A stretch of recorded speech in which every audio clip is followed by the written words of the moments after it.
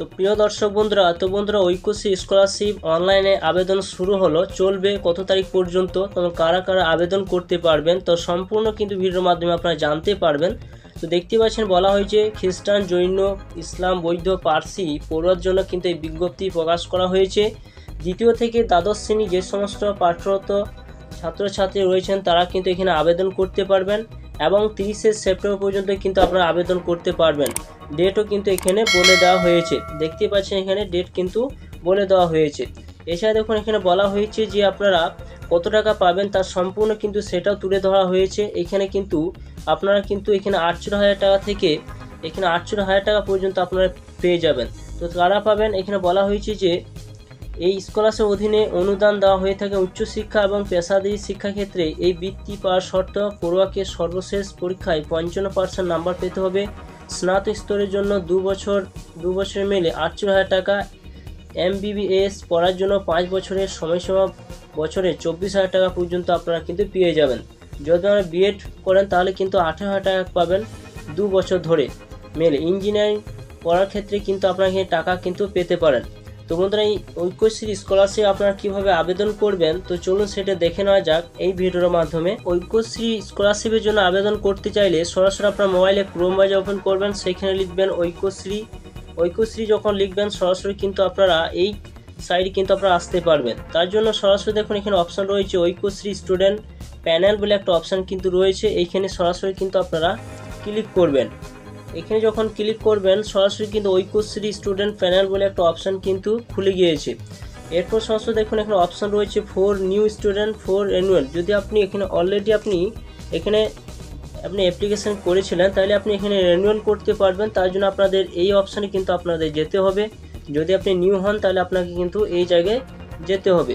যদি আপনি সরাসরি কিন্তু ফ্রেশ হন, আপনি রেজিস্ট্রেশন করতে চান তো সরাসরি কিন্তু আপনাদের এই জায়গায় গিয়ে আপনাদের সরাসরি কিন্তু এখানে ক্লিক করতে হবে। 2024-25 অপশান রয়েছে, সরাসরি এই জায়গায় ক্লিক করবেন।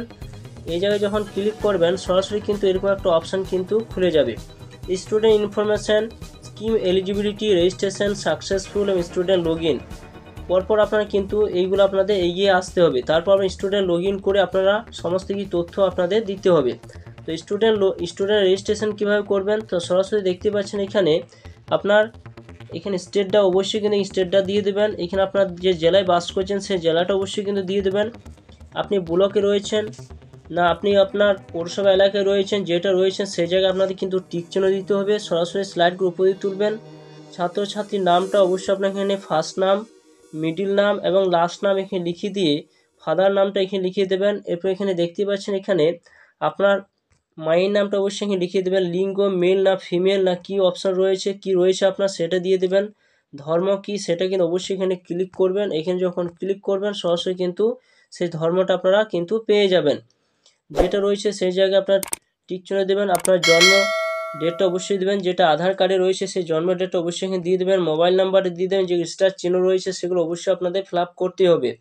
এছাড়া এখানে আপনার সেভিং অ্যাকাউন্ট নাম্বার অবশ্যই দিয়ে দেবেন।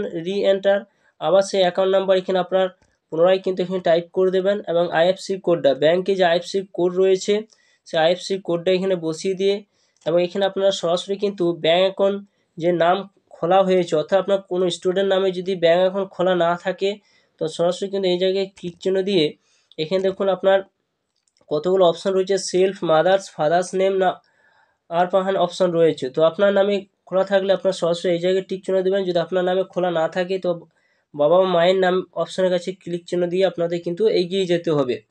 তো এখানে যে কোনো জায়গায় আপনার টিক চিহ্ন দেবেন। টিক চিহ্ন দিয়ে দেওয়ার পর সরাসরি কিন্তু এখানে আপনার যে ট্র্যাক যে অপশান এখানে যে একটা সিকিউরিটি কোড রয়েছে অর্থাৎ এখানে একটা যে ক্যাপচার রয়েছে সেই ক্যাপচারটা দিয়ে সাবমিট অ্যান্ড প্রসিড যে অপশানে আপনারা ক্লিক করবেন।